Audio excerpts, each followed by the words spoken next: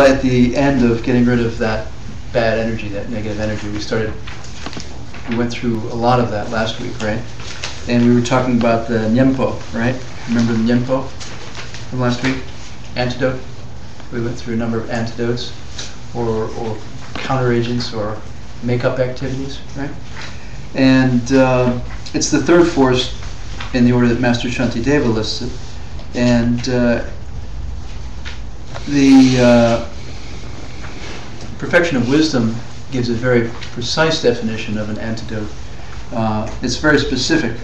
And when they talk about Nyempo and what they talk about in the text is they talk about this idea that two things cannot exist in the mind simultaneously. You can't think something is red and blue at the same time, right? You can't think something is good and bad at the same time. It's either one or the other, right? And so when they talk about Nyempo in the Perfection of Wisdom in the first chapter, they say, look, good thoughts and bad thoughts can't exist in the mind simultaneously. It's one or the other, right? Wisdom and ignorance can't exist in the mind simultaneously. It's one or the other, right? So they say that the ultimate antidote is the perception of emptiness and understanding emptiness, even intellectually. Obviously, direct experience of it's best, but even some kind of intellectual understanding of ultimate reality and the true nature of things is the ultimate antidote to negativity. Right? It's the ultimate antidote to negative karma. And basically they say, once even you have a really good understanding of emptiness and your mind is focused upon that, you cannot do a negative thing, deed. You can't collect a negative karma while you're focused on emptiness. Those two things are contradictory and they can't be in your mind at the same time. If one really understands the nature of reality, if one really understands emptiness, they wouldn't and couldn't collect a non-virtue at that moment. It's not possible, right? So it's impossible. So the ultimate antidote is some kind of understanding of emptiness. So you can't have a mental affliction in your mind while you understand an object's real nature and emptiness. It's impossible. If we understand how things exist and where things come from and what their real nature is, it's impossible to have an affliction about them while those thoughts are going on. So that's why emptiness is the best antidote and the highest antidote. And we're not talking about the direct perception of emptiness, right? If we're talking about the direct perception of emptiness, I mean, you're sitting there and having a non-conceptual experience. You're not thinking, oh, I'm not angry or I'm not jealous, because you're in this deep meditative state where you're not even thinking any thoughts at all. So this is not referring to in some deep meditative experience. It's just referring to while you're walking down the street or sitting in class or at work, and you have this understanding of the nature of things in your mind. You can't have an affliction simultaneously. Not possible. So that does not work retroactively for previously done bad deeds. It's not like it's going to say, oh, that was empty, so it couldn't have been a bad deed. It's only so that you protect yourself from doing it currently, right? It's both, because we have to purify all the negative karma we've collected in the past. So, but the point in the Perfection of Wisdom text is in the present moment, if one has a good understanding of emptiness, I left it on just in case it's Haley calling about the kids. So just let me check in here and make sure. Could be you don't have to cancel class at the last minute. That's my wife. That's live. Sorry. I'll call her later. Forever documented. She's probably watching, going, I can't hear you. I was going to call her before class, and she's visiting her sister in Denver. I was going to call her before class and say, "Are you going to watch class? Did you just hang out with your sister in Denver?" I thought better of it, But Regret. Yeah. I'll regret that later, right? You get home emptiness. Right now. Yeah. So we're talking about, as I'm speaking about it now, I'm just saying, in the present moment, if I understand what's going on, really, I can't have a mental affliction right now to collect negative karma right now. So that's just as one is living one's life moment to moment. Now also, when one is sitting down or even walking around thinking about the four forces, it applies also. You can think, I thought that this person was mistreating me because they had ill will towards me that they were generating from their side. When in fact, I really understand now what was going on, which was I created causes to bring that about, and that's why it happened to me. It wasn't their fault at all. I'm responsible for the causes I collect. I caused this, ultimately, karmically. I reaped the result. And at the time, I had ignorance in my mind, and I told them they were a dumbhead, and hurt their feelings, and yada yada yada. And they went away upset. And so and I understand what happened, and I get it, and I regret it, and I'm going to resolve to pay attention now and not do that to the next person that calls me a dumbhead, or whatever. So it leads to regret, which is a great purifier. Well, do you remember last week what we said the main force was that destroys the negative karma? Regret. And not doing it. Those two are sort of the engine, right? Because look, it's like the morning after pill. It's like, oh well, what the heck? I'll just do 4 forces the next day. If you don't care, if you have no regret, how are you going to eliminate the negativity? It's like, I hurt somebody, but I don't really care. I'll just do the 4 forces. I mean, how would that clean any kind of negativity out of oneself? I mean, if you really think about cleaning the negativity out of your heart, how would not caring that you hurt someone serve the purpose of cleaning negativity from one's heart? It wouldn't. I mean, it would just be like, yeah, I hurt him, and I'll just go through some motions, and then I'll not pay attention and do it again. Who cares? You see what I mean? So that just doesn't make any sense in that way, just in a practical, commonsensical thing. Okay. So anyway, so that's the idea in scriptures, the philosophical idea in scriptures, that these two things can't coexist in the mind at the same time. Now, when Master Shantideva talks about it in his text, in the Guide to the Bodhisattva's Way of Life, he has a different approach. He speaks about it a little differently. He says, look, if you're going to understand an antidote, then you have to understand the illness, right? Like if a doctor is going to study how to cure people, they have to understand illness. I mean, a doctor can't just say, oh, well, I'll fix you without understanding disease, right? And so Master Shantideva takes the same approach. He says, look, when he talks about this third force, right, the antidote force, he says, we all have a spiritual illness that we need to understand. Because if we're going to fix it, we've got to understand what the illness is that we've got. We can't fix our illness if we don't understand what our illness is, right? And so he goes into the antidote force from the perspective of just what is the illness? Let's understand the illness so we can then understand how to go about fixing the illness and correcting the illness, right? And curing ourselves of the illness. So he talks about duksum. Please say duksum. Sum is 3, and duk means poison, 3 poisons. So, and this is the main disease that we have. This disease is the root of 84,000 mental afflictions, 84,000 variations of mental afflictions, right? So basically, all of the afflictions we have boil down to 3. These 3 are the main ones. And why are they called poisons? There are several reasons why they're called poisons. The first one is that they damage you. They hurt you and they damage you. Having these 3 things in your system hurts your system, hurts you, damages you, right? So the other idea is that they're really insidious. They're very difficult to notice. They're circulating within our system, our spiritual body all the time, and we don't even notice them, sort of like a poison in our blood or something like that, that's doing its work constantly, circulating through our body, and we don't even notice it. They're in our mind all the time, and every moment they're in our mind, and there's in some way damaging it and causing problems. So he's saying there's something wrong with our spiritual body, and these things are the root cause of the problem that we have with our spiritual life and our spiritual body, and our regular life. So the third implication is that if you could get rid of it, if you could get rid of these poisons, you actually might feel pretty good, right? I mean, if you didn't have this poison in your mind and in your system, you'd feel a lot better, right? Like if you weren't sick, you'd feel a lot better, right? So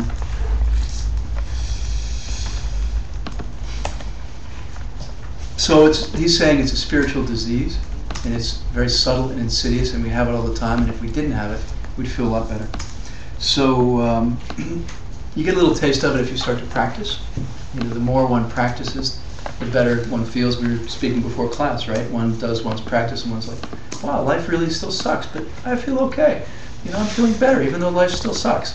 I wonder why. Maybe it's because I'm practicing a little bit. I don't know. Who knows? Something like that, right?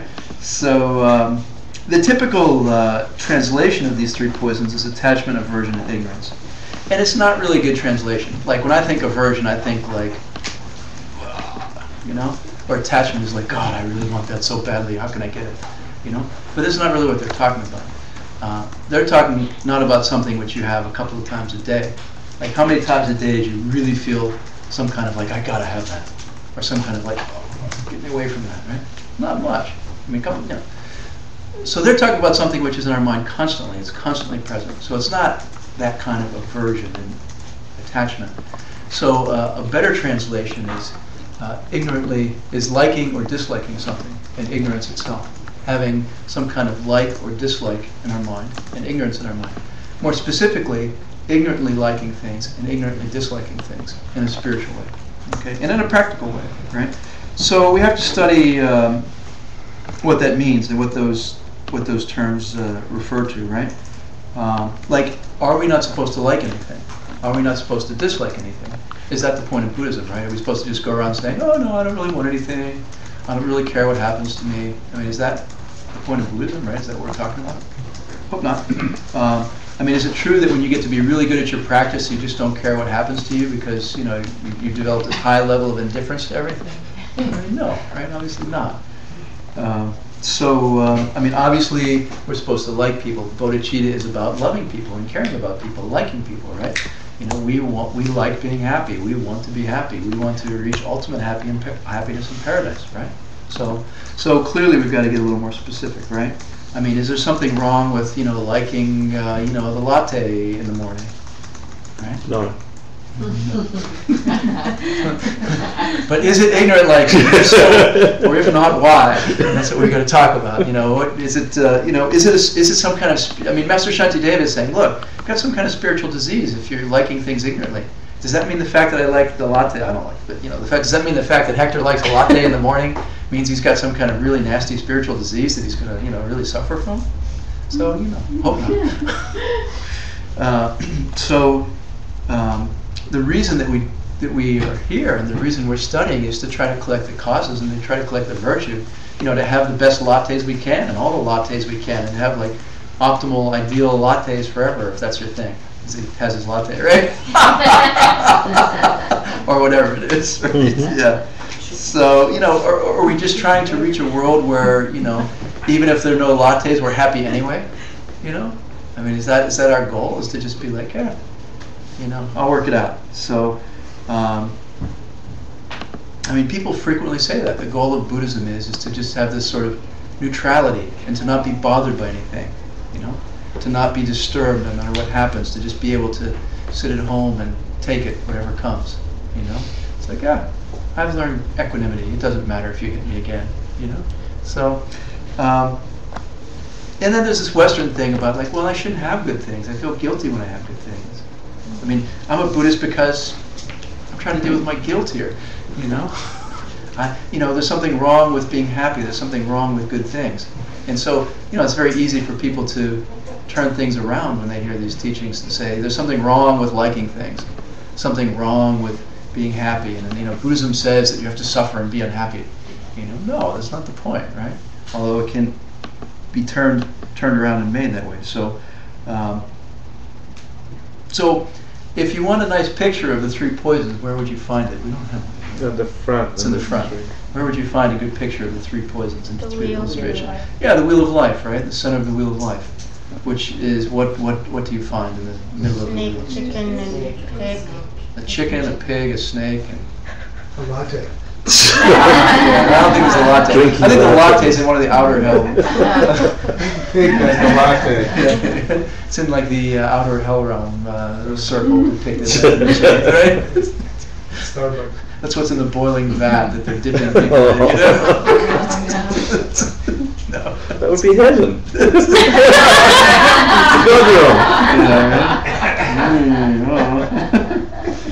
So ignorance is represented by a pig in the picture, right? And then there's a snake representing hatred or anger, and for some reason a pigeon or a rooster representing desire. It was a pigeon, first became a rooster, later Who knows- changed who knows what ignorantly. it'll turn into, yeah. Yeah. I mean, in the old school, they would paint the bird and the snake coming out of the pig's mouth, saying that ignorance is the root of the other two, of the ignorant liking and disliking. Then later centuries, they painted it in a circle, where the mouth is in the tail of each of the necks, where the pig is connected to it. So they go in a circle.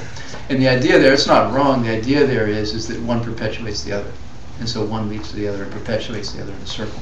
So they tend to perpetuate each other. But the Vinaya, when it was originally taught in the Vinaya, they're coming out of the mouth of the pig. That was the original presentation. So anyway, we're talking about the antidote force, the third force, right? And Master Shantideva is saying, look, to fix your spiritual condition, you have to know what your sickness is. You have to know what the illness is. And there's a technical definition of liking things ignorantly. And then we'll go through that. And once we do that, you can easily extrapolate it to the other two. And kind of long, but we'll see what we can do. Please say Sakche, Kinungpo, Layong, Dunangne. Okay, just do that line. So Sakche means impure. Anything having to do with mental afflictions. Right? Produced by mental afflictions, made of mental afflictions, or instigating mental afflictions. Tied up with mental afflictions in some way. That's impure. Right? Ki is just of. Nupo is a thing, means a thing. And here, so you have an impure thing, so far. And then La Yong means attractive, nice, pretty. Then Dunangne means appears to be, looks that way. And so when they say it looks that way or it appears to be that way, there's an implication, which is that it's not true. It appears one way, but it's really not that way.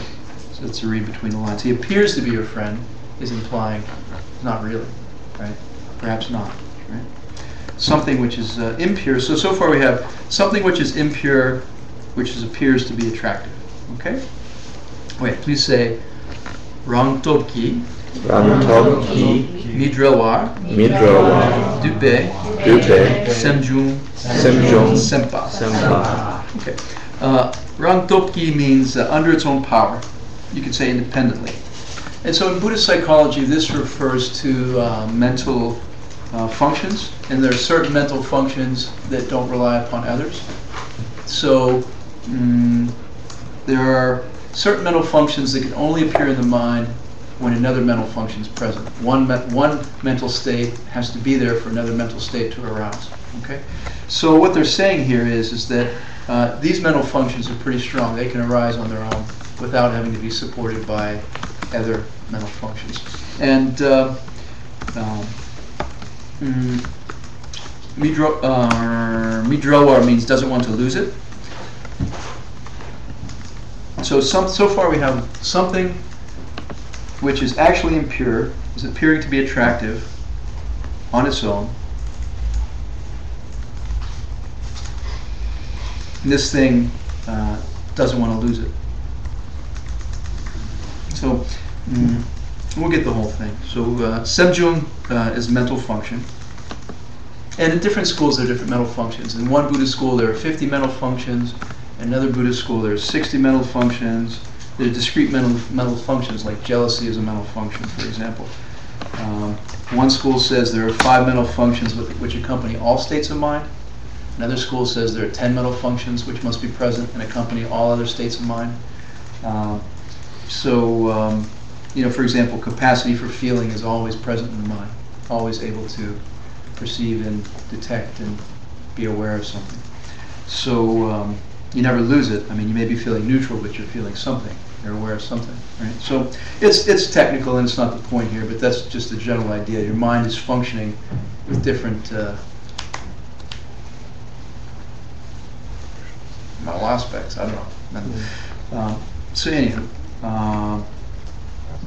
okay. Sempa means a thought in your mind. So we have a mental function or thought that doesn't want to lose something, which is actually impure, but which appears to that thought as attractive. Right? So there's 3 things going on there. There's a thought in the mind, and it doesn't want to lose something. right? And the thing that it doesn't want to lose is actually impure and dirty, but it appears to be pleasant and nice. Right? So you have this pleasant, lovely appearing thing, which is actually impure, right? Which one wants because of the thought that arises. Yep. Okay, those are the three elements. So is carrot juice an impure object? I mean, organic, say. Right? It's organic carrot juice, an impure object. Depends on how you look at it. Depends on how it tastes. I don't know, what? How you view it. How you view it? Can you choose how you view it? I mean, can you validly choose that Depends I how- want this carrot juice to be sweeter than it is, even though it's like they got some dirt and roots in there when they pressed it and it has a little bitter taste, you know? That's not really the point. Depends how you're forced to view Depends it. on how you define impure. We're talking about an impure thing, remember? So, sakche. What is an impure thing? What did we say an impure thing was? You remember? A few minutes ago? Thing that appears attractive.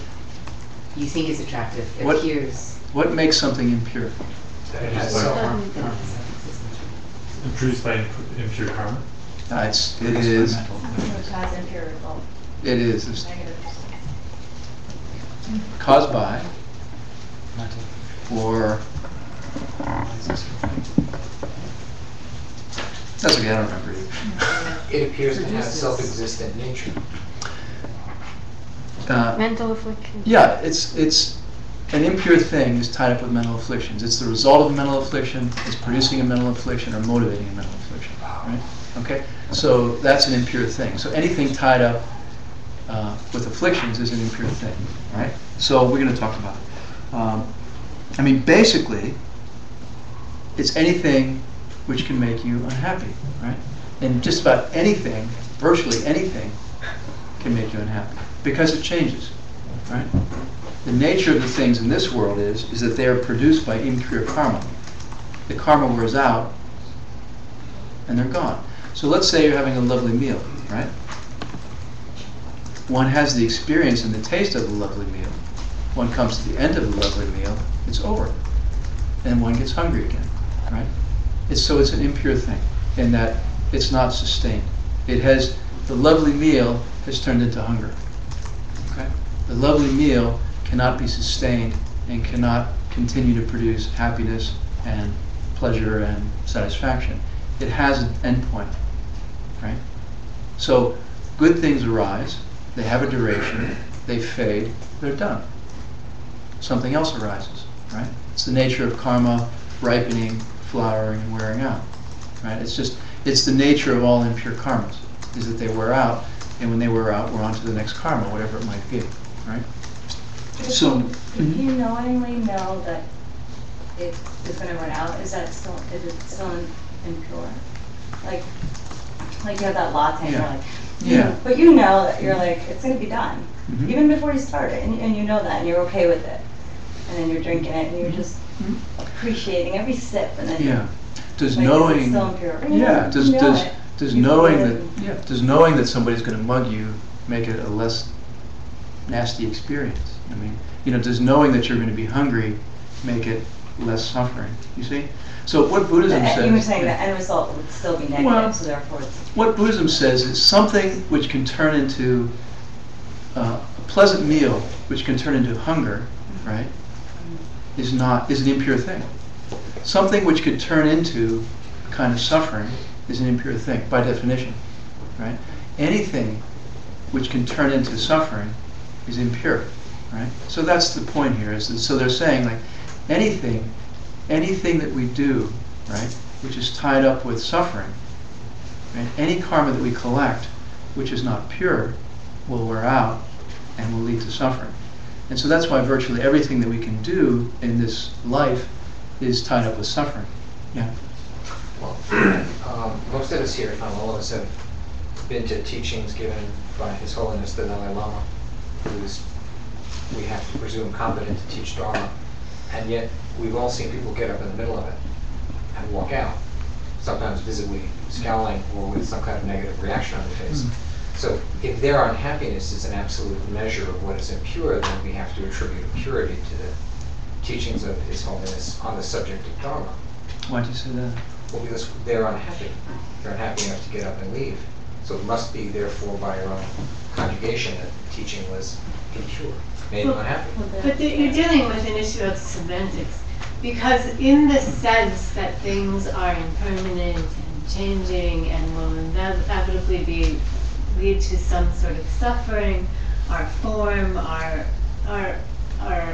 impure in the sense that they exist as, I mean, there's two definitions going on of what's impure, and one is that it's going to ultimately be lost to us, and therefore, you know, the other is you can still, you know, enjoy a latte.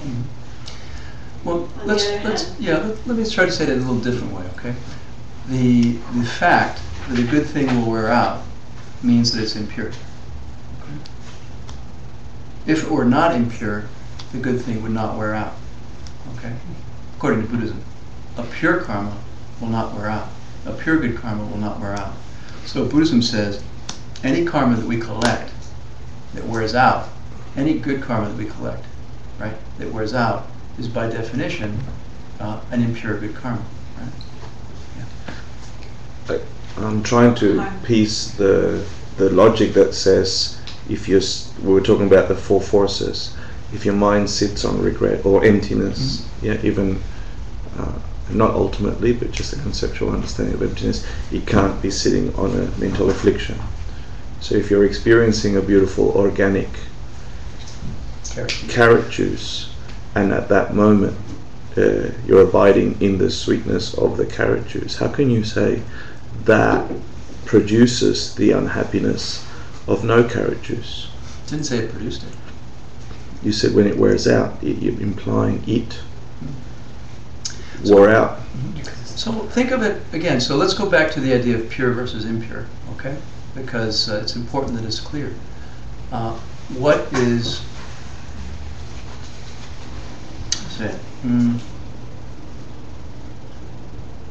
what is a pure state? I mean, a pure state, like an enlightened state or a paradisical state, would be one where good things never wear out, right? Like if you're in paradise or you're enlightened or nirvana or whatever, the goodness is never wearing out, right? So the difference between purity and a pure state and impurity and an impure state is basically that, okay? In a pure state, things don't turn to suffering, okay? In an impure state, things do turn to suffering, right? And that's really the point. The point is that all of the karma that we collect, by and large, is impure karma. And we're going to talk about why and how and the particulars and details of that. But it's just important at this moment to understand the concept, right, of pure karma and impure karma, and why it's impure and what makes it impure. It's defined as impure because it runs out. Okay? The fact that a good thing ends means it's impure. Okay? The fact that you had something good and the fact that it came to an end means that by definition it was an impure karma. Okay? If it were not an impure karma, it wouldn't have run out. The goodness would have kept on going. It would have been endless. Yeah. Well, since we as samsara, unenlightened beings, have access to nothing except impure karma, impure perceptions, it's only a matter of the degree within impurity that we can either conduce or approach or receive from enlightenment. Then this presentation has its own circularity. Okay, we never do anything that doesn't end, whether it's better karma or worse. So we're always going to end because we have no capacity. Yeah, that's what we're going to talk about tonight. That's what we have to talk about. Is like, how do we deal with that? What's the story there, and how do we deal with that? Yeah, purity is the only game in town if you were caught up in samsara. No, not according to Master Shantideva, you see, and that's why we're talking about it. That's why Master Shantideva is saying, look, let's be real, let's acknowledge our condition. Okay, and this is according to Master Shantideva, this is our condition. Now, if this is our condition, what the hell do we do about it? How do we deal with it? You know, he's talking about what's the sickness and what's the cure, you know, and how does the doctor treat it. So that's essentially what Master Shantideva's presentation is. So where we are right now in that thread is we're just saying, this is the sickness, right? The sickness that we have, the spiritual illness that we have, and the root suffering and sickness that we have that produces all of our suffering are these three poisons. And these three poisons are liking things ignorantly, disliking things ignorantly, based upon ignorance itself. And so then he's talking about, what's the illness, what's the antidote, and so then we're getting into the definition of what does it mean to like it ignorantly or not like it ignorantly, right? And so the scriptures and the texts are saying, look, if you want to talk about liking something ignorantly or disliking something ignorantly, you've got to understand what pure karma is and what impure karma is, because we're trying to get the pure karma. We're trying to get rid of the impure karma. We're trying to get rid of the karma which just wears out and turns to crap. We have a great dinner and then we're hungry again 4 hours later, or whatever it might be. We have a great relationship and it goes downhill. So we've got to talk about this idea of the impure object, right? So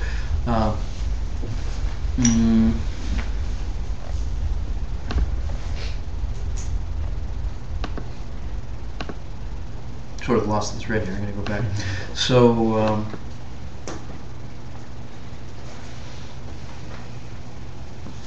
okay.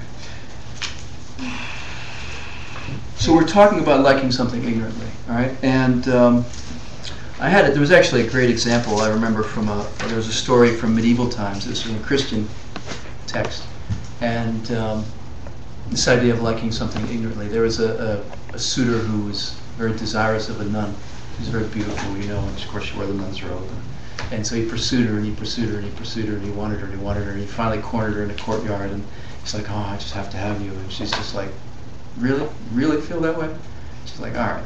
So she lifts her robe up, and she has like this terrible infection in her breasts, with pus and oozing, and she's like, you wanted it, And he's just, so he got this instant renunciation, this instant sense of, oh my God, ignorant desire, ignorant liking, not even having a clue. I mean, this is a gross example, but I think it conveys the feeling of really just getting it wrong, not understanding what one is doing, and not understanding what one is attracted to, which is the point in their definition here. So they're talking about, if we go back to the definition, we're attracted to something which is impure, but we think it's some great, wonderful, beautiful thing. We chase after all these things which we think are amazing, beautiful, exquisite things, with the thought that they're pure when in fact they're impure. And so Buddhism is saying, what does it mean that they're impure? Well, what it means when it says that they're impure is they just wear out. It was great for a while and it just wore out. That means it's impure. That's all. So that's all we're saying, okay? Just to be clear about what impure is. Yeah. I've heard that's stated a different way, that there's no pleasures, but that's a sort of deception, that there's just change of suffering. Have you heard that term? You can pitch it different ways. I mean, some people talk about honey on a razor. Is it pleasure to lick honey off a razor? In the first moment of tasting the honey, it's sweet. And for however many moments, the honey tastes sweet. But then at some point, you contact the razor blade and it slices your tongue and it's painful. So at what point is it pleasure and at what point is it suffering? Somewhere along the way, it's a continuum of experience, And somewhere along the way, the pleasure turns to pain. And I know you don't like it, Bruce. I know, I get it. Go ahead. Go for it. The honey is not the razor. No. But it is something which turns, you see. But that's a different thing. Dismays he just aimed it correctly. Do you want to say that because we encountered a razor 3 seconds from now, that the honey that we tasted in the now was really not sweet? Oh, I didn't say it wasn't. I didn't say that. I said the experience. That's the implication of the argument, that the value of a thing is to be determined by its outcome, and not by its present value, present moment to present moment. Not at all. It's simply saying that it's not saying that the honey wasn't sweet. It's not saying that at all. It's saying the honey was sweet, but at some point the sweetness is done. At another point, the pain starts. That's all it's saying. And so it's like anything. An impure karma ripens, and the latte was great. And then you finished it. And then however many hours later, you're thirsty. That's all. It just wore out, and something else happened. That's all. Derek Jeter hits 4 home runs, and the Yankees lose the game in the bottom of the 9th. Yeah. He still hit 4 home runs. It's true. Okay, and I got to see them go over the fence. That was good. Yeah, baby. But then when's the next game? And will it happen again? You see? It's the thing. That's the point of it. It's like the game didn't go on. You didn't hit the 5th run and the 6th run, and the night ended, and something. And we'll talk about it. But then, if it goes on, if you keep, let's forget the racer for a second. Yeah, let's and you have the honey, and then you have it continuously pumped into your stomach without stop. That's suffering. Yeah. And you get sick. Yeah. But that's the point. You take away the razor, the Yeah, honey itself yeah, loses its appeal. loses its thing. That's what I In just. samsara, it just becomes suffering eventually. So then, for example, if you're tired, you're standing up all day, and you want to sit down. Ending the standing up is an ending of suffering. But as soon as you sit down, if you sit all day for the next 24 hours, then sitting down becomes suffering. Yeah. I think that's what Bruce was talking about. Right? I mean, see, this is the nature of our daily lives. When they talk about this, they're saying our desire. When we're talking about ignorant desire, they're saying our desire is focused on something which is going to turn bad eventually. Anyway, it's going to run out. Okay, it's going to end. So. We want to get some nice thing, we want to get some nice object, and we want it to provide lasting satisfaction and lasting happiness. We spend our lives chasing things which we think are going to provide us with lasting happiness and satisfaction. They don't possess that capacity. They can't do it. It's impossible. And so what we do is we spend our lives chasing one thing, and then it wears out, and then we chase the next thing, and then it runs out, and then we chase the next thing, and then it runs out. It's like channel surfing. I really like the channel surfing metaphor. It's like, okay, that show was good for 25 seconds. Let me try the next show. That show was good for a minute and a half. Okay, let me try the next show. I mean, this is endless channel surfing, and that's the nature of our lives with everything we do, thinking that we're going to find something. It's like late night TV. I'm sure there's something somewhere I can find to watch that I'll enjoy, You like spend 3 hours and it all sucks, It's personal experience. I don't watch TV anymore. That's what Buddhism is about. Buddhism is about chasing lasting happiness rather than chasing small, limited happinesses, which must wear out and which must end. So that's why they're called impure. They're created by mental afflictions. They're tied up with mental afflictions. That's what makes things impure. Okay, the fact that they're mixed with mental afflictions. And every single object in our world which changes is impure, except the spiritual path and realizations. Okay, anything else that changes is suffering.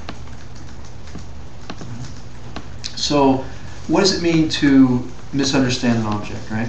What's the difference between liking something and liking it ignorantly? Okay, I mean, I like chocolate chip cookies that are soft and, never mind, melted chips, whatever your thing is, right? So, but what does it mean to like it intelligently versus like it ignorantly? Right? I mean, to like something ignorantly means to think that it possesses those qualities itself, self-existently, right? I mean, that's ultimate ignorance. So, thinking that the cookies are going to last forever, thinking that the cookies are going to give me some kind of happiness, and every time I eat a chocolate chip cookie, if I just keep eating more, somehow I'll be happy. There's some happiness and goodness and satisfaction in the chocolate chip cookies, and then I hit the 8th cookie and I'm like, oh, these cookies are not very satisfying anymore. There's something, my stomach's starting to hurt, right? So, I mean, the highest school says when you perceive something in any way other than as being forced upon you by your past karma, right? Then there's ignorance. Like when I look at those chocolate chip cookies, and when I'm eating the first one, and I go like, wow, this cookie is really good. These are great chips. These are just the right chips. Just the right bittersweet, whatever. Just the right amount of sugar. And it's all right here. And it's all because it's put together right here that it tastes so good, right? As opposed to, well, I'm really enjoying this thing because, the virtue I did, the people I fed in the past, the nice things I gave others to eat in the past, I created the karma causes to be having this lovely experience of this thing right now, and I must, and it's great, and it's wonderful, and how good is that? So Buddhism says anytime you're not thinking that way, there's ignorance. And anytime we are thinking that way, you're liking it intelligently. Okay?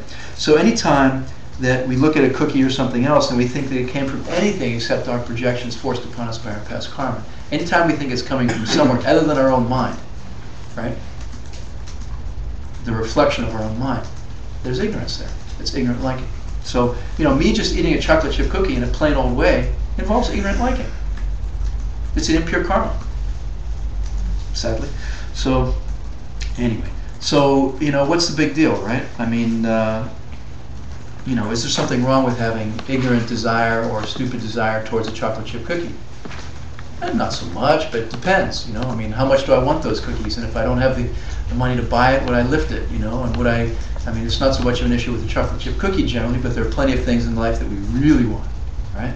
Like I really want that person, or I really want that relationship, or I really want that money, or I really want that job. And what would I do to get it, you know? I mean, where's my line, and how would I behave, and what wouldn't I do? What kind of negativity would I engage in or not engage in to get it because I really want it? It's the ignorant liking, right? And why is there ignorant liking? Because the happiness is coming from the cookie. Because the happiness will come from the partner. The happiness will come from the money, or the car, or the house, or the job. You know, the goodness that I want, the happiness that I want, will come from that external object, right? That's ignorant liking. That's ignorant desire. And anytime we have that, there's a strong basis for being unethical and engaging in non-virtue and collecting negative karma, right? So that's the point with the ignorant liking. If we don't understand the emptiness of the cookie, then we're prone to engage in non-virtue. You know, we're at risk for collecting negativity around that object, right? So, so you we can are have collecting all the time. Hmm? We are collecting Yeah. karma all the time.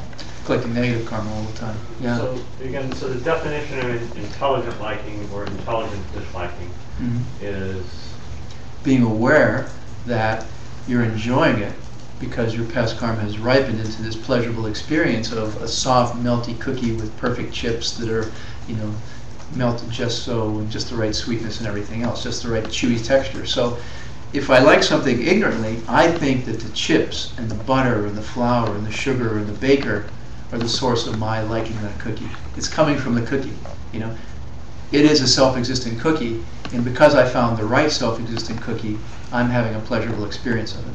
As opposed to, that's ignorant liking, okay? As opposed to intelligent liking, which is, look, I'm experiencing the perfect chocolate chip cookie because I did a really good job of feeding someone tasty food in the past, for example. You know, that's intelligent liking. And there's no reason for me not to enjoy this cookie. Hell yeah, I should enjoy this cookie. I help somebody get tasty food in the past. It's a good thing. It's a really good thing that I help people get tasty good food in the past. And I'm really glad I have this cookie, and I'm really enjoying this cookie, and isn't it awesome? So that's intelligently liking something. It's always reflecting back upon karmic ripenings. It's always reflecting back upon the fact that the mind is the source of the awareness. The mind is the source of the experience, right? It's not thinking that the thing is coming from outside of us. It's being aware that the mind is providing the experience of the object. You know, the senses and the interpretation of the mind is providing the experience of the object, right? So, you know, the emptiness of the cookie is that, you know, it's not anything except our projection forced upon us by our past karma. The emptiness of the cookie is it's not anything except a projection forced upon me by my past karma. Okay? Its dependent origination is that it's a projection forced upon me by a past karma. Okay? It's the positive way that it does exist and the way in which it doesn't exist. Dependent origination. The positive way it exists is it's a projection forced on me by my past karma. I'm seeing a tasty cookie, and that's forced upon me by my past karma. Its emptiness is it's not anything except a projection forced on me by my past karma. Okay. So once we understand dependent origination, we're not going to engage in negativity to get the cookie. It would be crazy. It's like, I know this cookie came from feeding somebody. Why would I steal food from somebody to get a cookie when giving food is the source of the cookie? It just is illogical. It's completely backwards. And if I understood that, I would absolutely not do it. So this is why understanding dependent origination and emptiness is the basis for collecting pure karma and avoiding non-virtue, right? So if I think the cookie exists out there externally, then I'm willing to do something unethical to get it. I mean, a cookie is a simple example, but you know, the raise or the paycheck or the job or the car or whatever, right? The hot date, whatever it might be, right? So we can't collect negative karma without thinking something is self-existent. Impossible. Anytime we collect negative karma, it's in relation to a self-existent object. Okay. So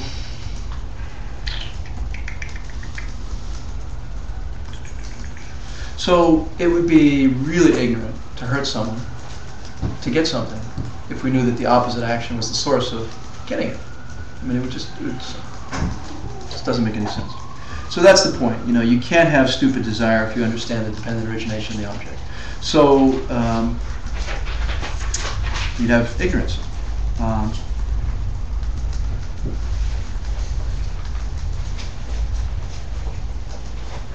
So the difference between an ignorant good deed and an intelligent good deed is that the ignorant good deed wears out. So even if we're trying to do virtue, right? I mean, forget about stealing a cookie or someone's hot partner or whatever it might be.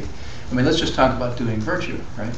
If we go feed the sick, help the homeless, feed the sick, feed the hungry, help the homeless, those are good deeds, and they will wear out if they're done ignorantly. Again, what does it mean ignorantly? Here's a hungry person, and I'll go buy him a sandwich. You know, here's a guy sleeping on the street corner, and I'll leave a couple of bucks in his cup. If that's as far as the thought process goes, it's ignorant virtue, it's ignorant good karma that we've collected, and it will ripen into a result. We will experience that coming back to us, and it will wear out. Now, if we do it with wisdom, if we do an intelligent good karma, then it doesn't wear out in that way, you see? So everything nice that we have in our life right now is the result of impure, ignorant virtue we've done in the past. This human body, our work, our income, the place we live, our car, our relationships, they're all the result of ignorant, impure, good karma, because they're all going to wear out. They're all going to end, right? Must. So that's the difference between an enlightened good deed and an ignorant good deed. And the difference is whether or not it's a perfection, which we're going to talk about later. You know, it's the difference between doing a virtue in an ordinary way, giving, ordinary giving, and the perfection of giving, which is one of the 6 activities of a Bodhisattva, of Mahayana path. So, you know, perfection means, do you have the perfection of wisdom while you're doing it? Do you understand ultimate reality? Do you understand emptiness and dependent origination while you're engaging in the giving? And if you're not thinking about it, then you're collecting an ordinary good deed, which will be of finite power and duration and result. And you'll get something, and it will ripen out upon you in a smaller way, and it'll just wear out. As opposed to thinking, all right, here's a ripening of past karma, which I'm perceiving to be a suffering person sleeping on the church steps, and I'm going to collect some virtue for the future by engaging in giving, and I understand that my giving is going to plant karmic seeds, mental perceptions, which are going to, you know, continue on and bring me the perception of someone giving to me in the future. And I understand that, you know, I'm empty, I could manifest as anything, and that, you know, stuff that's manifesting as a homeless person sleeping on the church steps is empty and could manifest as anything. But I collected the karma in the past, which is ripening now into the experience and perception of the homeless person sleeping on the church steps. And so I, right now, am engaging in this active giving, you know, which is an empty active giving. You know, it's a virtue, and it's going to bring its result. It's going to ripen upon an empty me in the future, and I'll manifest as something else, and I'll manifest as having a different experience in the future because of all this. So now, you know, honestly, how many of us walk around like thinking like that, right? Not typically. I don't typically anyway. But that's the goal. That's the point. That's what we're supposed to be doing if we're engaging in the perfection of giving, for example. You know, and if we're not engaging in the perfection of giving, then, you know, as I say, it's not a perfection. And it will bring a good result, and it'll bring a result which will wear out, right? So,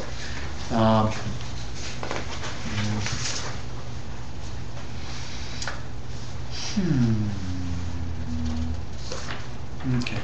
There's a thing called background ignorance. You know, when we're walking around the streets of New York, we're not always thinking, oh, I hate that person, I love that person, I really like that, I really don't like that. Sometimes we're just walking around neutrally, right? We're having an experience of neutral things. And so, whenever the 2 poisons, liking things ignorantly or disliking things ignorantly, are not present in our mind, then there's kind of a low-level ignorance which is ripening into the experience. It's like background static. When you walk down the streets of New York, you kind of don't notice a lot of it. You don't have a feeling about a lot of it, but it's all there, you know.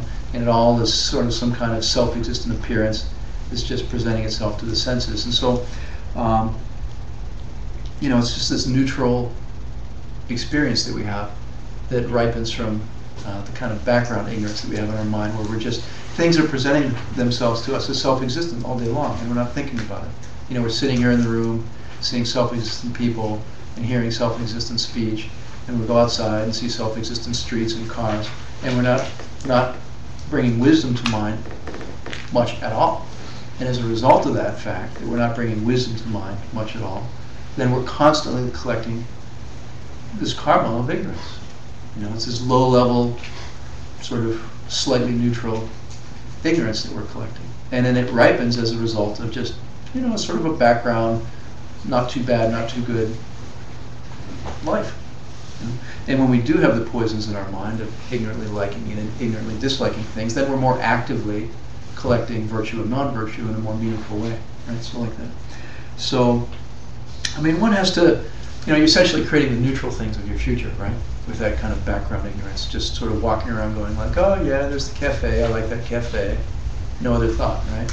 Oh yeah, maybe I'll have breakfast there, maybe I won't, maybe I'll go to my other favorite restaurant. I mean, it's just all self-existent thinking, right? And so, you know, so the point is our lives are constantly imbued with this kind of self-existent thinking. It's virtually all we do as ordinary people. And it's just constantly collecting karma for ignorance. And it ripens as neutral or better or worse accordingly. So like that. So is there such a thing as, you know, some kind of wise desire, right?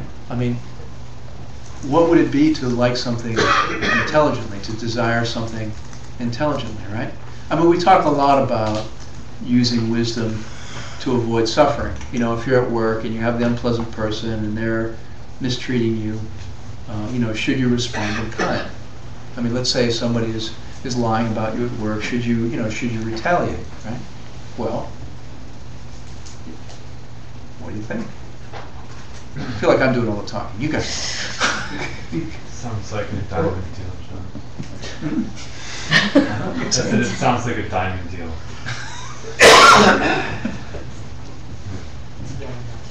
I mean, doing things with virtue is a non-ignorant act. Like, for instance, there's a vow where it states that you need to defend your reputation as a bodhisattva, right? So, like that. And the desire for enlightenment, the desire for the direct perception of emptiness, and the virtuous actions that go in keeping with those efforts are not impure acts. I mean, it just gets back to what I said before. It depends on how you look at it, well, right? I'll try to make it a little more cut and dry, because I was actually trying to make a simple point, which is, I mean, let's just say, you know, somebody punches you because they're mad at you, just to make it easy, you know. Are you going to punch them back? I mean, when we talk about karma and emptiness, right, it's like, why did somebody punch you? Well, because you hit somebody in the past, for example. So, you know, if you hit somebody back, you're collecting a karma to be hit again in the future, right? And so we simply say that, you know, when we talk about all of these negative restraints, we're saying, look, if somebody yells at you, if somebody punches you, if somebody does whatever negative thing to you, understand that it's coming from you doing that in the past, or me doing that in the past, right? And we have to restrain ourselves in the present moment and not collect another negative karma, a non-virtue, which is going to ripen upon us again in the future, right? Like somebody punches me, I get PO'd, I punch them back, I collected the karma to get punched in the future. That's cut and dry, right? So we talk about that whole karma and emptiness thing and wisdom thing, and from the perspective of restraining ourselves from negativity. But let's talk about it from the other side. Let's talk about the whole karma and emptiness and wisdom thing from the perspective of enjoying things, right? From the perspective of some kind of intelligent desire, or some kind of intelligent enjoyment, or some kind of intelligent attraction. What would that look like, and what's that about? Because it's not just, Buddhism is not just about, oh, don't be a bad person, don't do things you're not supposed to do, you know, turn the other cheek, please, you know, and if you don't, then someone will just punch you again in the future, or slap you again in the future, you know. So, you know, it applies to both positive and negative. So it's important to talk about it on the positive side also. And so what would it look like on the positive side? You know, what would intelligent desire look like? Intelligent attraction look like? I ask you. It's doing things with a higher aspiration, with a bodhisattva aspiration. Anything else? Yeah, generosity and joyful effort. 3 spheres. That's 3 spheres. Can you elaborate? You know, understanding that you're empty, the object is empty, and the action between the two is empty. But what does that mean in practical terms? I mean, let's say you get the hot date of the year. Woohoo! What does that mean in practical terms, in like ordinary, practical, everyday terms? Like, how do you deal with that? How do you think about it in an intelligent way?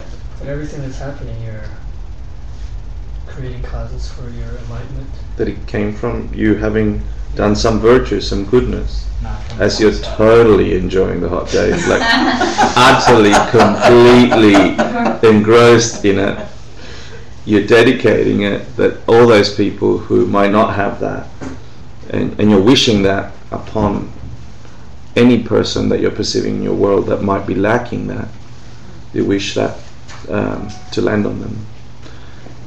Understanding that not everybody having the joy or happiness that you're having in that moment comes from your karma also. Yeah, I mean, you know, we have to revel in our virtue, right? We have to be happy about our virtue. We have to allow ourselves, and in fact, train ourselves. More often than not, we have to train ourselves more rather than allow ourselves. Because I don't know if you're like me, I was raised Catholic, and you're not supposed to have any pleasure, you're not supposed to have any good things, you know. You're supposed to suffer, you know, do penance, and the whole thing. So, you know, depending on where you're at and where you came from, you know, it's either allowing oneself to revel in one's goodness and one's virtue and the ripenings of those things, or to train oneself to allow that.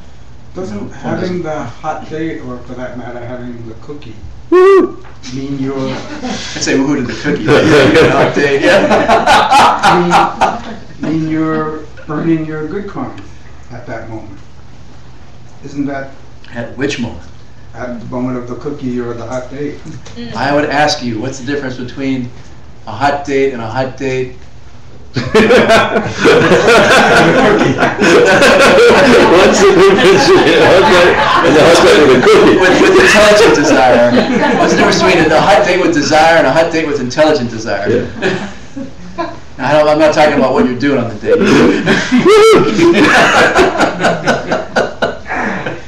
Really? Understanding how you got to that point, but doesn't the... I'm just wondering, having the good experience is karma ripening at that moment, right? It's burning good karma at that moment. Well, by definition, if you're having a good experience, it is a good karma ripening. I mean, that is the definition of a virtue, or good karma is something which brings you satisfaction, happiness, pleasure in the short term, and in the long term leads to enlightenment. But that's not something you can control. You cannot say, I won't have the cookie to hang on to my good karma. But that's stockpile it, or you get to give it away. You get to give it away. Save it up for a 100 date. If I just save enough karma, I'll get a super hot date.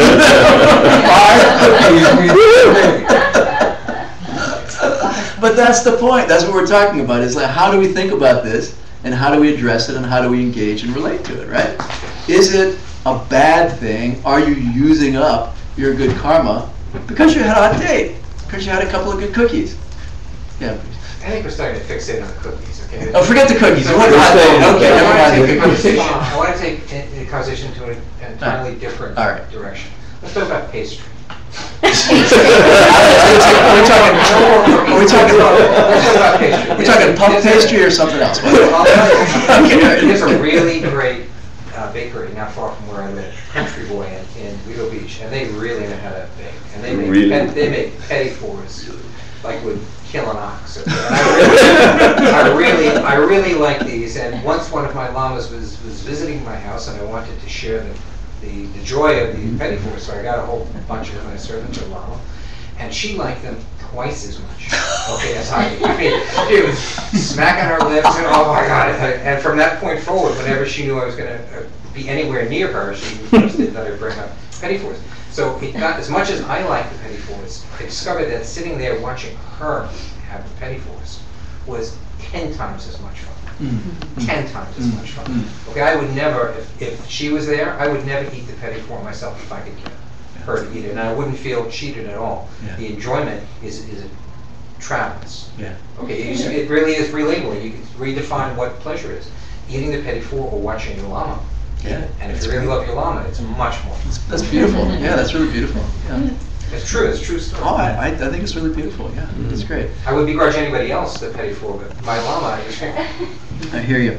So we're back to what is the difference between the hot date in an ordinary way and the hot date with intelligent, like, yeah.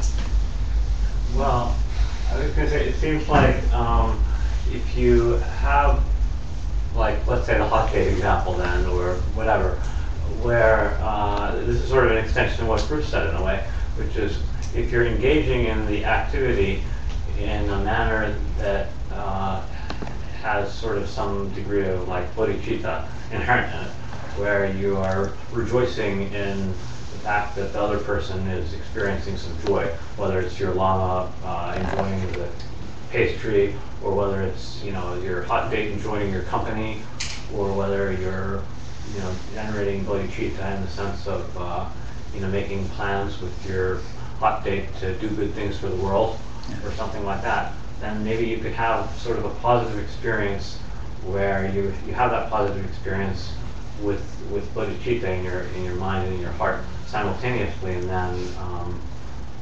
then it doesn't use up the karma, right? Well, there's two things going on with karma always, remember. There's the ripening of the past karma, which we must experience, or we are experiencing in the present moment, and there's the collection of new karma, which, you know, we're carrying for the future experience, which we're generating for the future experience, right? So, like this, the whole thing of, you know, when a karma ripens, you must experience the result, you know? After it's ripened, it's too late. You got the result, no choice about it. So, you know, if you got the karma which is ripened for the hot date, or the puff pastry, or the pedophores, or the rays, or whatever it's going to be, how do we think about it and how do we deal with it? You know, is it just this, oh wow, I'm burning up my good karma and I hope I don't run out, you know? Because it's easy to think that way, right? Like, I don't want good things to happen to me because then I use my good karma and I have less of it, right? That's not really the point. The point is that we enjoy it, we revel in it, right? We participate in it with wisdom rather than with ignorance, right? With ignorance, it would just be this mindless, like, oh my God, this feels so good, woo-hoo! You know, not to say you're mindless. As opposed to, oh my God, I did some like amazing, great stuff. I'm not going to go into the details in the past, you know. And isn't it fantastic that I'm having this experience right now? This is so incredible. This is so amazing. I'm so happy that I'm having this incredible, amazing experience. I can't believe it. Wow, how awesome! Just allow ourselves to enjoy it, right? Now, with intelligence, with wisdom, right? Intelligent liking. You have to insert the intelligent. If we don't have the intelligent liking, if we don't tag on because I did this in the past, right? And I'm going to think correctly in the present to produce the karmas that I want for the future, then it's ignorant, you know? Have to be thinking, as John said, have to be thinking about the true nature of things while all this is going on. You know, we have to be thinking about, I am participating in this amazing experience. For what reason? Just to gobble up all my past good karma and forget about it? And then it's done and gone, like eating all the pedophores, and then they're gone. You know? Or is it that as a result of the ripening of this amazing experience, I've generated even more virtue? I've generated even more good karma, and it becomes this upward spiral, right? Every good thing that happens to me is a basis and opportunity for even more goodness. You know, it's this exponential improvement in our virtue, right?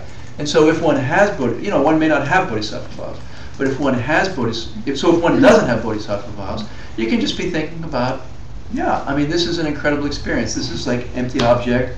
I'm experiencing it as exquisite, wonderful pleasure, date, whatever, you know, pedophore, it doesn't matter, raise. And I am so happy I did that in the past. I'm so happy I did that for someone in the past. And now, you know, I'm going to, you know, do something good for somebody right now, you know? Or how do you think about it? It's like a manifestation of karma expanding. It's a manifestation of your goodness in the past. I mean, what one is experiencing in a good way is a manifestation of your past goodness. And just be happy that you were good in the past. You know, we all have to be happy that we were good in the past. You know, we have this Western Christian thing of beating ourselves up and feeling guilty and not being good enough and all the rest, you know, as opposed to, great. I mean, I went to Holy Winston's teaching Friday night. It was so beautiful, you know. He was talking, was anybody there? Anybody else there? I mean, you know, he was talking about, you know, the magic of empty practitioners, right? Stop beating yourself up, you know. Allow for your goodness. Allow for all the goodness that you've done and be aware of it, you know, right? And anyway, it's very beautiful. So if we have Bodhisattva vows, then we're breaking our Bodhisattva vow if every time we do anything, we're not having the thought, I'm walking down the street to help people. You know, I'm getting into the subway so that I can be a benefit, you know, so that I can end suffering everywhere. You know, I'm having breakfast to fuel myself, you know, to put some calories in this machine so that I can go through the day, you know, to bring goodness to the world and bring joy and love and happiness to everyone I meet, or something. You know, some Bodhisattva intention like that, right? So it's one of the overall commitments on your Bodhisattva track, is to be always thinking you're doing everything you do for other beings, for the benefit of other beings, no matter what it is, right? So that's experiencing it intelligently. As a Bodhisattva, it's like, I'm having a hot date to bring happiness to everyone. I'm going to bring happiness to this person I'm with, and I'm doing this so that, you know, I can spread joy and love in the world and, you know, further my bodhicitta and, you know, evolve on my spiritual path. So the mind is imbued with wisdom and compassion and virtue, no matter what one is doing. So I think if you think of it that way, you see, then it's not about I consume my good karma. It's not just I lit the fuse and the fuse burned and the thing exploded and now it's over and done with, you know, like a firecracker or something, and that's it. And you know, it's that undertaking, that action, that event is a basis to fill my mind. It's an opportunity and an event whereby I can fill my mind with wisdom and compassion and virtue. And every event is like that, whether it's good or bad or neutral. I mean, it doesn't matter if somebody's yelling at us, doesn't matter if somebody's indifferent towards us, doesn't matter if somebody's giving us everything we want. It's an opportunity to fill our mind with virtue, virtuous thoughts, right? Love, compassion, and intelligent, you know, wisdom. And if we're not doing that, then we're missing out. We're missing our practice. We're not practicing. Because as we said before, it always comes back to the same thing, right? Clean up the negativity, engage in virtue, right? Until one is pure. We have a couple of questions from online. If we're seeking to burn our negativity, should we seek suffering then? Ouch, that sounds painful. Mm-hmm. The question was, if we're seeking to burn our negativity, should we seek out suffering? No, we should do the 4 forces before the suffering ripens so that we don't have to have pain and suffering and torment. I mean, you know, there are 2 possible ways to deal with negative karma. One is to say, bring it on, baby, hit me again. You know, I'll live on the street and be homeless and suffer for 5 years, and maybe I can burn my karma that way. You know, and there are people who do it. I mean, there's a very beautiful woman who runs a leprosy project in India, and you know, I've read articles that she's written, and she lives in poverty and she treats lepers for like 20 years now. You know, living on almost nothing, and she's just like, you know, by my poverty, may I purify all of my stealing of the past and all of my not giving in the past, and etc. etc. It's a very, very beautiful sentiment, you know. And one could do the 4 forces and purify the karma that way, without the poverty, hopefully. So much, to me personally, I prefer not to suffer if I can, and if I can purify the karma. And so that's why Master Shantideva is talking about this. I mean, Master Shantideva is not saying escape suffering for the sake of escaping suffering. He's saying, look, if you want to have love, you can't have this ultimate love in your heart unless you clear out the negativity. So I would personally just say in a practical way that the more one suffers and the more pain one has, the less able one is to feel love in one's heart. And so if one's goal is really to feel love in one's heart, one should not be seeking out pain and suffering because, you know, they're, again, somewhat contradictory. And so we have to be very careful about our motivation. We have to be very careful about some kind of underlying negativity, you know, ripening upon us, which is just like, oh no, you should suffer, you deserve to suffer. Suffering is the way to go for you, it's your spiritual path. Be very careful about this, and people can mistake Buddhism in that way. You know, we have to be careful not to mistake Buddhism as a reason to be unhappy. You know, our lamas and the holy beings want us to be happy. You know, they are teaching us to be happy. The reason that they teach is for us to become happy. The whole reason for the path, the whole reason for the practice, is to become happy and to be happy. So let's not be confused about what this is about and what we're after. We're after ultimate happiness forever, okay? And we want to get everything out of the way that's an obstacle and impediment to that, okay? And that's what Master Shantideva is talking about here. Yeah.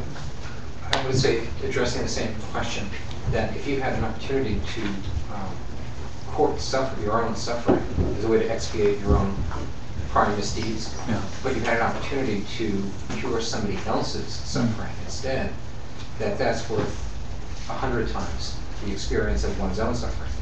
Number one. And number two, if when you finally got the suffering you thought you were after, you experienced it as suffering, then it would still be an ignorant experience. Yeah, so I don't know if you'd have to see it as empty. Yeah, so Bruce said, look, if you get the suffering that you're after, and you just experience it as suffering, it's just more ignorant karma. And you know, better if you're trying to purify suffering, better to help someone else who's suffering than to have your own suffering. And one thing I would relate that one of my holy teachers recently impressed upon me was that purifying one's negative karmic seeds is about feeling pain in one's own heart.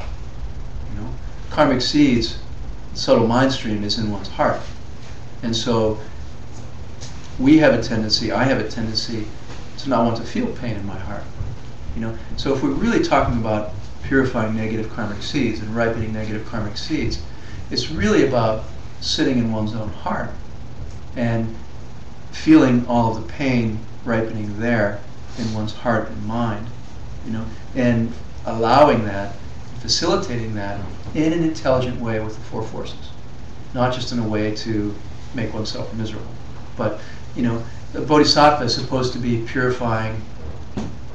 Bodhisattva is supposed to be helping to eliminate all the suffering of all the beings in the world, right? Well, so we have to go into our own heart and into our own mind and purify all of our own negative karmic seeds, right? So we have to go into the negativity in our own heart and our own mind and allow those seeds to be processed, if you will, pop, ripen, be experienced, be purified, whatever you want to call it, be clean, so that they're not there anymore. You know? So the work is really done on a more subtle level in one's heart and mind, rather than saying, "Oh, let me break my arm" or something.